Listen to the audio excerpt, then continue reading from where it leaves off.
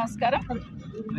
ఈరోజు మహేష్ నియోజకవర్గంలో బోనాల పండుగకు సంబంధించిన చెక్కులు ఇవ్వాలని గౌరవ సలహాదారులు వేణుగోపాల్ గారు ఇక్కడికి రావడం జరిగింది. వాళ్ళకి స్వాగతం చెప్తా ఉన్నాం. కానీ వస్తున్నప్పుడు ప్రోటోకాల్ పాటించాల్సిన బాధ్యత కూడా ఉంటుంది. ఇక్కడ శాసనసభ్యులను పక్కన పెట్టి శాసనసభ్యులతో పాటు ఓడిపోయిన వాళ్ళని కూడా స్టేజ్ మీద కూర్చోబెట్టి చెక్కులు ఇస్తామంటే ఇది భావ్యం అనిపించుకోదు. ప్రభుత్వ కార్యక్రమాలు ప్రోటోకాల్ ప్రకారం జరగాలనేది మనమే ఒక చట్టం చేసుకున్నాం.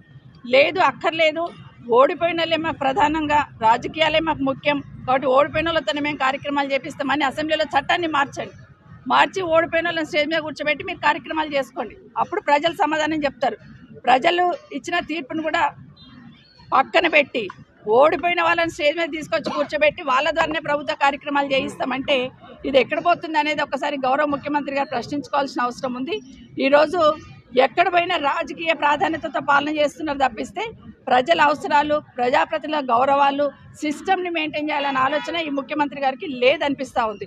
ఈరోజు రాష్ట్రంలో యువత ఒక సైడు అల్లకల్లోలం అవుతూ రోడ్డు మీదకి వచ్చి వాళ్ళ వ్యూ వాళ్ళ ఆలోచన వినండి అంటే వినే తీరికి ప్రభుత్వానికి లేదు. కానీ ఈరోజు ఇలాంటి పాలన చేయడానికి ఇలాంటి పార్టీ పరంగా అన్ని కార్యక్రమాలు చేస్తూ ఉన్నారు. ఇప్పటికైనా గౌరవ స్పీకర్ గారు దయచేసి ఆలోచించండి. ప్రతిపక్ష ఎమ్మెల్యేలు ఉన్న ప్రతి దగ్గర ప్రోటోకాల్కి విరుద్ధంగా కార్యక్రమాలు జరుగుతూ ఉన్నాయి. దయచేసి మీరైనా దీన్ని కట్టడి చేయండి. ఈరోజు ముఖ్యమంత్రి గారు కూడా మరొకసారి విజ్ఞప్తి చేస్తూ ఉన్నాం. మీరు ఎమ్మెల్యేగా ఎట్లయితే గెలిచి వచ్చినారో మేము ఎమ్మెల్యేగా గెలిచి వచ్చినాం. మీరు ఎట్లయితే ప్రజల ఓట్లతో గెలిచి వచ్చినారో మేము ప్రజల ఓట్లతోనే గెలిచి వచ్చినాం. మరి ఇక్కడ ఓడిపోయిన వాళ్ళని స్టేజ్ మీద కూర్చోబెడితే మీ నియోజకవర్గంలో మీరు కూడా ఓడిపోయినా స్టేజ్ మీద కూర్చోబెట్టుకోండి. అట్లా పాలన చేయండి.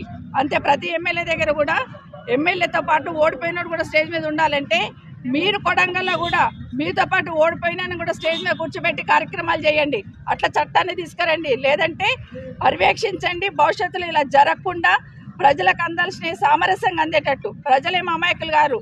ప్రజలకు ఏం చేస్తున్నారు, ఎవరు తీసుకొచ్చారు అన్నీ తెలుసు. ఈరోజు బోనాలకి చెక్కులు ఇవ్వాలి, ప్రభుత్వం నుండి నిధులు ఇవ్వాలని శ్రీకారం చుట్టిందే కేసీఆర్ గారు. ఈరోజు వచ్చి మీరు చెప్పినంత మాత్రాన ఆ రోజు బీజం కేసీఆర్ వేశారు కాబట్టి ఈరోజు బోనాల చెక్కులు ఇస్తూ ఉన్నారు. ఆ రోజు బీజం కేసీఆర్ గారు వేశారు కాబట్టి రైతు బంధు లాంటి కార్యక్రమాలు చేస్తూ ఉన్నాం. ఆ రోజు బీజం కేసీఆర్ వేశారు కాబట్టి కళ్యాణ లక్ష్మి లాంటి కార్యక్రమాలు కంటిన్యూ చేస్తూ ఉన్నారు. కానీ అది గుర్తుపెట్టుకోండి.